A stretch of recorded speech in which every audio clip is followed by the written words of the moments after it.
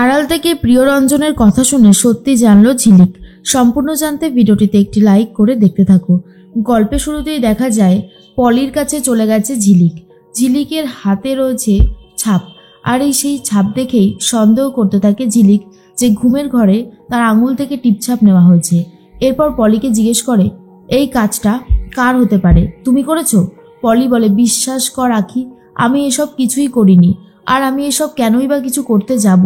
আমি এগুলো করতে পারি বল? আমি আগের থেকে অনেক ভালো হয়ে গেছি রে। তুই তো অনেকটাই চালাক হয়ে গেছিস আগের থেকে। আমি তোকে বলছি শোন, এইসব রাইমা করেছে। এইসব রাইমা ছাড়া আর কেউ করতেই পারে না। দাদা নিশ্চয়ই কিছু বলেছে আর রাইমা সেটা শুনেই উঠে পড়ে লেগেছে এইসব কাজ করার জন্য। আমি তো এখন আর কিছু বলতে পারি না। আমি কিছু বললেই গোড়াটা খুব মার খায়। তুই একটু বুদ্ধি করে কাজটা কর। তোকে আমি বলছি, রাইমা ছাড়া এই কাজটা কেউ করতে পারবে না। তুই যা ওর মুখ থেকে কথা বার করার চেষ্টা কর। তখনই ঝিলিক বুঝতে পারে পিসিমণি একদম ঠিক কথাই বলেছে, এখানে রাইমাই কাজটা করতে পারে। তার মধ্যেই ঝিলিক বলে, যাবো তো অবশ্যই, তবে তার আগে এক কাপ চা বানিয়ে নিয়ে যেতে হবে। চাই পারবে বৌদিমণির মুখ থেকে সত্যি কথা বার করতে। এর মধ্যেই তাড়াতাড়ি করে কুরিয়ার করবে বলে ঠিক করেছে রাইমা। সেই জন্যই সব কিছু সেট করে নিচ্ছে, খামে সব লিখে দেয় ডিটেলসটা। এর মধ্যে অর্ক এসে বলে, রাইমা তোমাকে কিছু কথা বলার ছিল। রাইমা তখন বলে, বলো না, কি বলবে? অর্ক বলে, আমি তোমাকে ভেবেছিলাম যে তুমি আমাদের পরিবারের বউ হয়ে এসেছো ঠিকই, কিন্তু পরিবারের কোনো দায়িত্বই তুমি সেভাবে পালন করো না। কিন্তু কালকে পিকনিকে যেভাবে তুমি সবার সাথে ছিলে, কাজবাজ করেছো, বিশ্বাস করো আমার এত ভালো লেগেছে যে তোমাকে বলে বোঝাতে পারবো না। তুমি এরকমভাবেই থেকো কেমন? রাইমা আর কিছু বলতে পারছে না। এরপর অর্ক চলে যাচ্ছে মেয়েকে স্কুলে নিয়ে। আর রাইমা তখন ভাবে, অর্ক চলে গেলেই ঝটপট করে এটা আমাকে দিয়ে আসতে হবে। তার মধ্যেই ঝিলিক চলে এসেছে আর বলে, বৌদিমণি আমি আপনার জন্য গরম গরম চা বানিয়ে নিয়ে এসেছি, কিন্তু আমি এতে কিছু মেশাইনি আপনার মতো।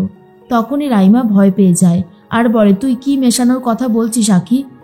আখি মানে ঝিলিক তখন বলে, এই যে আপনি তো চিনি খান না, তাই চিনি মেশাইনি, সেটাই বলছিলাম আর কি। কথাটা ঘুরিয়ে দেয়। এরপরেই ঝিলিক বলে, নিন চাটা খান আর এনজয় করুন। এর মধ্যেই দেবা মনে মনে ভাবতে থাকে আখির কথা, কিন্তু তবুও কাউকে কিছু বলতে পারে না। এর মধ্যেই রায়কিশোরী তলায় যাবে বলে ঠিক করেছে।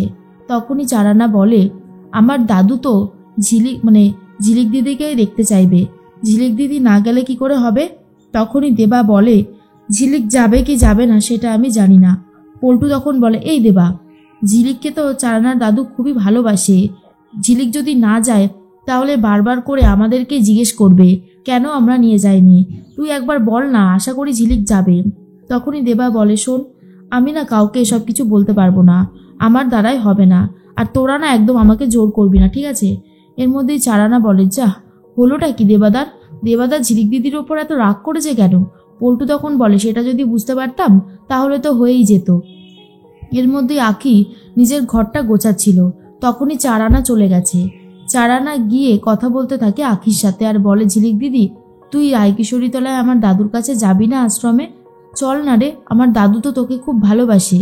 তখন আখি মনে মনে ভাবে, চারানা ঝিলিককে কত আপন করে নিয়েছে, কিন্তু ও তো জানেই না যে আমি ঝিলিক নই, আমি হলাম আখি। এর মধ্যে চারানা ভাবে, ঝিলিক দিদিকে আজকাল বড্ড বেশি অচেনা অজানা লাগে, কেন যে এরকম মনে হয় কি জানি।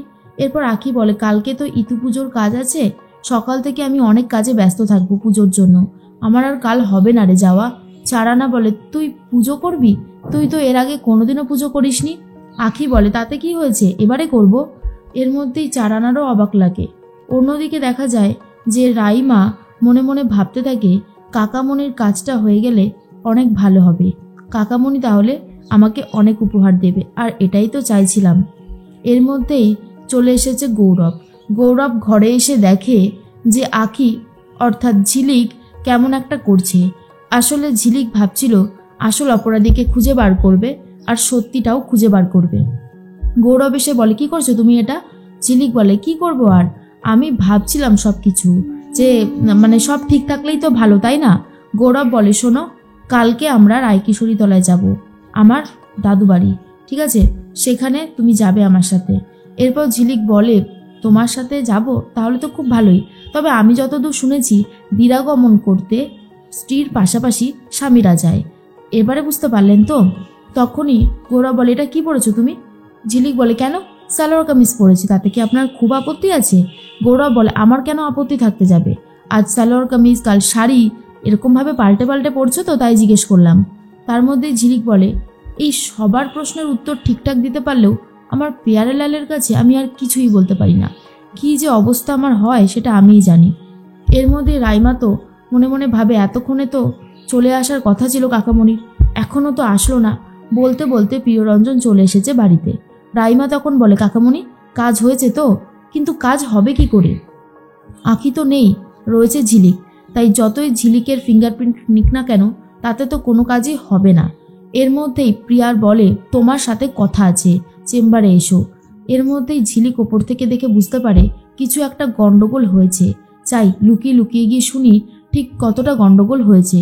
এর মধ্যেই প্রিয়ার বলে, কি শুরু করেছো তুমি?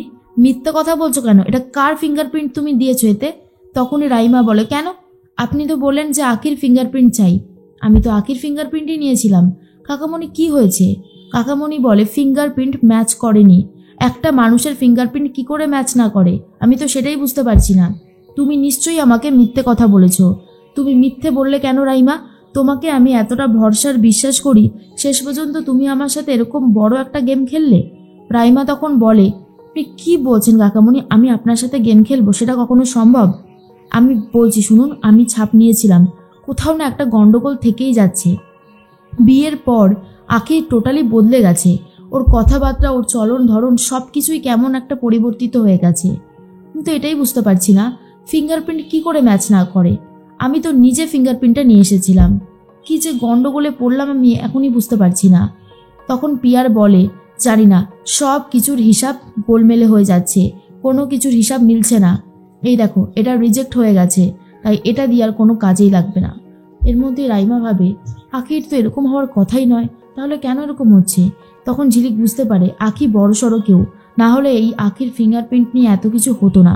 এরপর সবাই তো যে যার ঘরে চলে যায়, আর পিয়ারের চেম্বারে লুকিয়ে লুকিয়ে ঢুকেছে ঝিলিক, আর ভাবে যেভাবেই হোক সত্যিটা আমাকে বার করতেই হবে।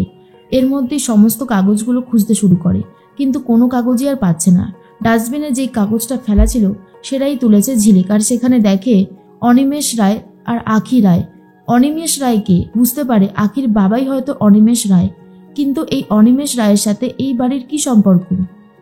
যদি অনিমেষ রায় একজন এমপ্লয়ি হয়ে থাকতো তাহলে কি এত দামি হতো সব কিছু? না, হিসাবে তো গন্ডগোল হচ্ছে। অনিমেষ রায় হয়তো এই বাড়ির মালিক, আমার তো এখন সেটাই মনে হচ্ছে।